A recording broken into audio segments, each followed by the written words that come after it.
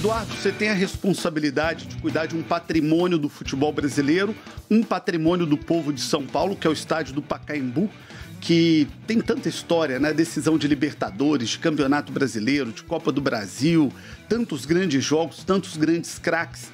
Conta um pouco pra gente como é que tá esse projeto e em que pé está a concessão do Pacaembu.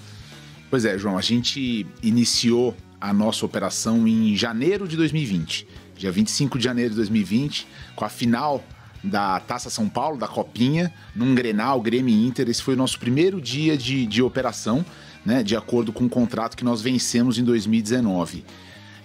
Depois nós fizemos toda a aprovação dos projetos e em junho de 2021 nós fomos autorizados a iniciar as obras de modernização e restauro do complexo, e agora em junho de 2024 a gente vai reinaugurar o Pacaembu totalmente modernizado. Estamos com as imagens, aliás, lindas imagens do que deve ser o novo Pacaembu após a conclusão das obras. Eu queria que você explicasse um pouco para quem está acompanhando a CNN Brasil como vai ser esse novo Pacaembu e o que mudou do Pacaembu reformado para o antigo Pacaembu. Não, legal, João. Bom, eu acho que é importante muito frisar que assim, nós sempre tivemos a certeza de que mudar a essência daquele Pacaembu que todo mundo tinha na memória afetiva seria um equívoco muito grande. Então nós estamos, na verdade, fazendo o maior projeto de restauro existente atualmente no Brasil e nós estamos transformando ele por completo, mas para, na verdade, melhorar o nível de experiência do usuário, né? O nível de experiência do torcedor.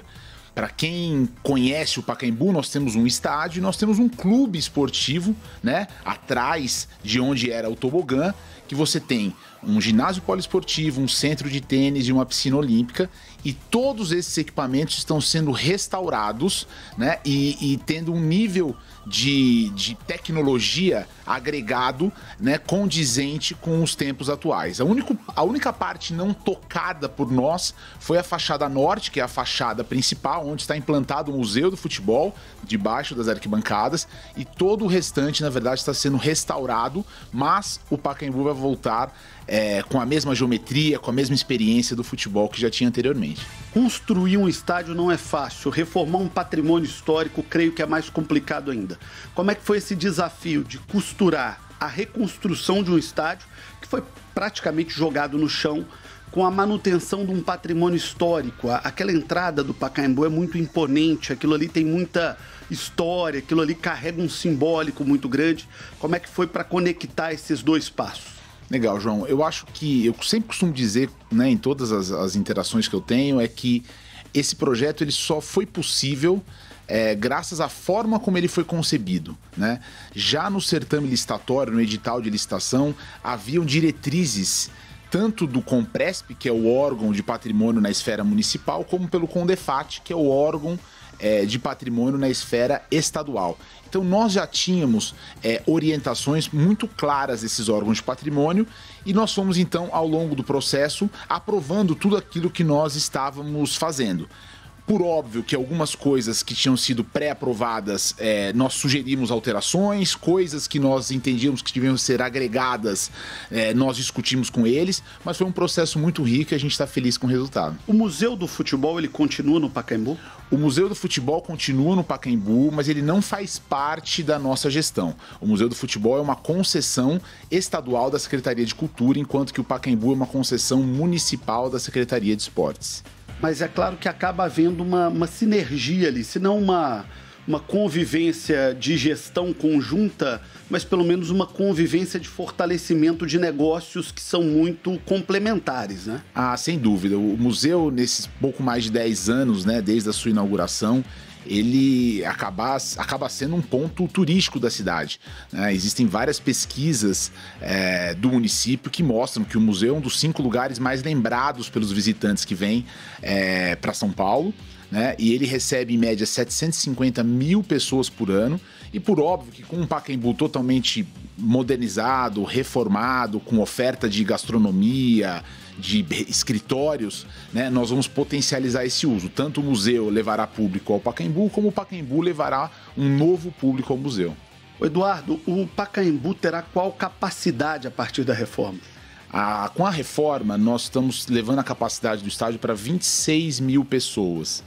Antes da nossa reforma, muito se falava dessa questão da capacidade. A capacidade autorizada pela polícia era de 37 mil, mas nós estamos diminuindo essa capacidade e melhorando muito o nível de experiência para o torcedor.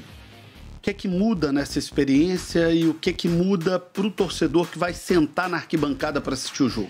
Então, João, é interessante essa sua pergunta, porque o Pacaembu ele sempre foi um estádio muito charmoso, as pessoas gostavam de ver jogo lá, era gostoso ver jogo lá, né?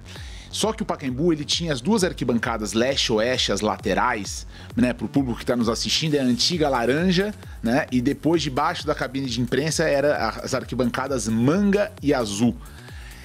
Então essas arquibancadas elas eram apoiadas na terra, elas eram apoiadas no talude.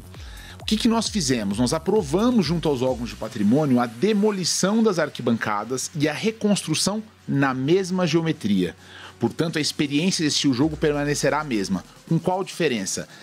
No meio das arquibancadas, você vai ter níveis de circulação. Então você tem, do lado da antiga arquibancada laranja, você tem a concessão de alimentos e bebidas, você tem restaurantes, você tem então uma oferta para o torcedor.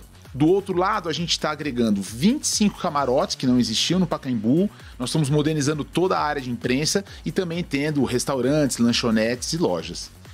Agora, o que mais chama atenção, eu queria pedir para colocar a imagem na tela, é o fundo, né?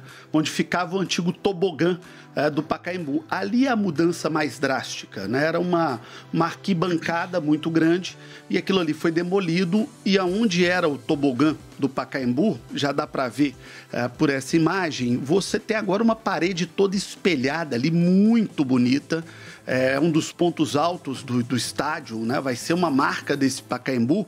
E quando víamos as imagens na abertura, eu vi ali quarto de hotel, eu vi ali restaurante, eu vi ali camarotes. Eu queria que você explicasse o que vai ser dessa torre onde era o tobogã do Pacaembu.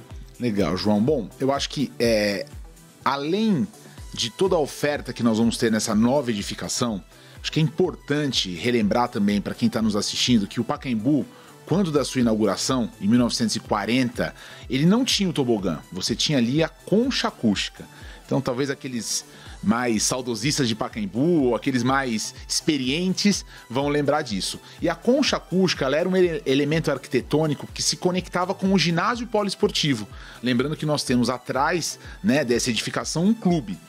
E o que nós tínhamos naquela ocasião então? Nós tínhamos uma permeabilidade visual entre clube e campo e uma circulação entre os dois espaços.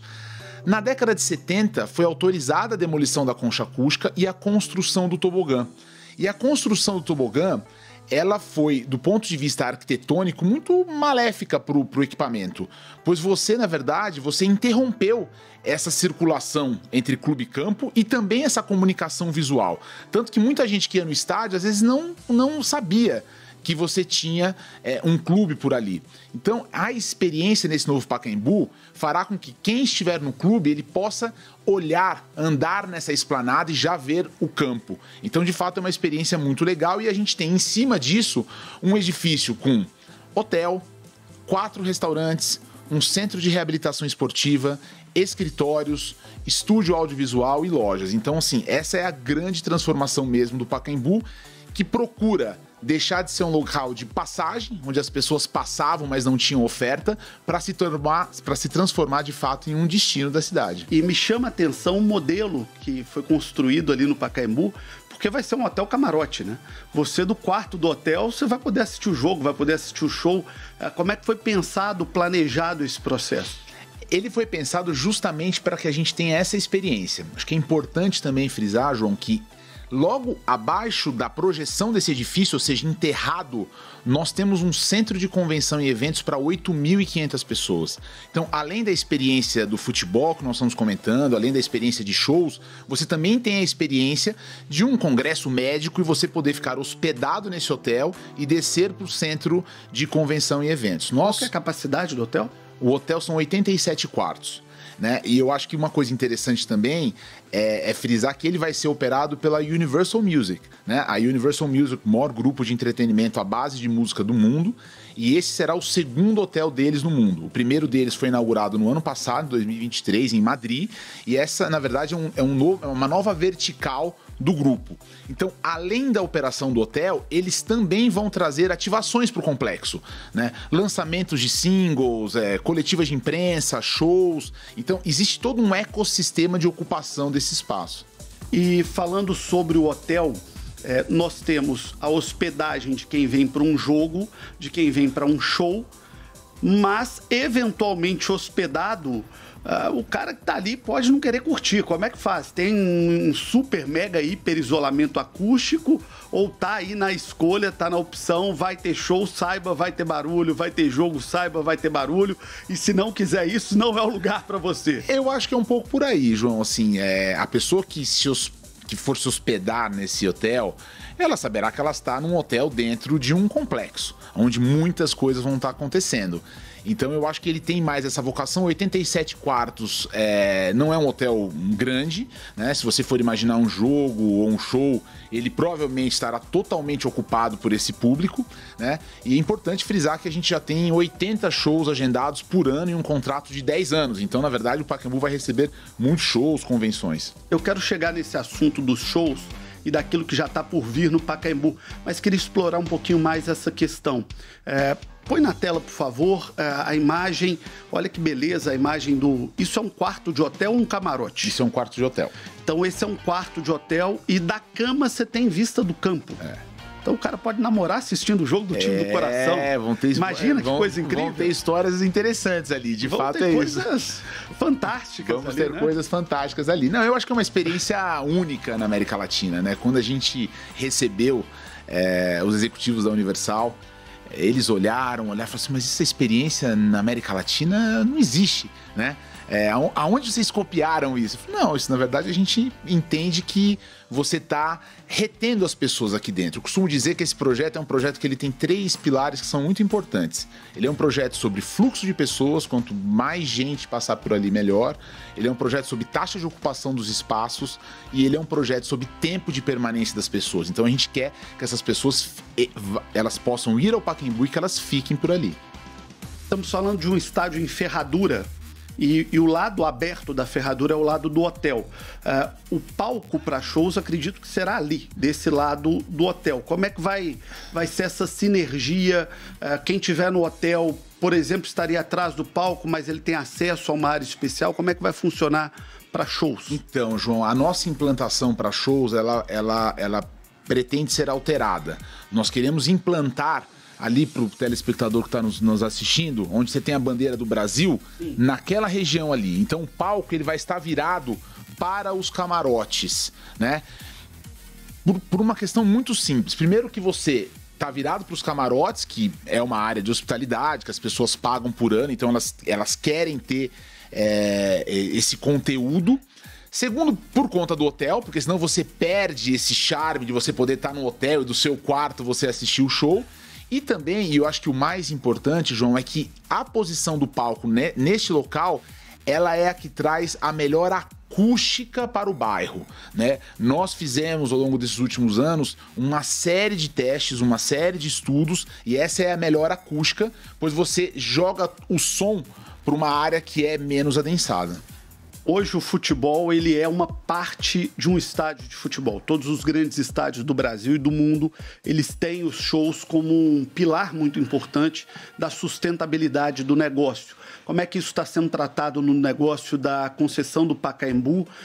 Qual a importância dos shows e como é que já está o planejamento e o calendário? Legal. Bom, primeiro é importante frisar que o futebol sempre foi a estrela principal e que pretende continuar sendo a estrela principal. Como você mesmo disse, o que tem acontecido cada vez mais é que esse uso do campo ele tem sido aumentado. Até por isso, muitas vezes, a troca da grama natural pela grama sintética, porque, de fato, os shows eles têm um papel significativo em termos de receita. Nós temos aqui, João, o Centro de Convenção e Eventos.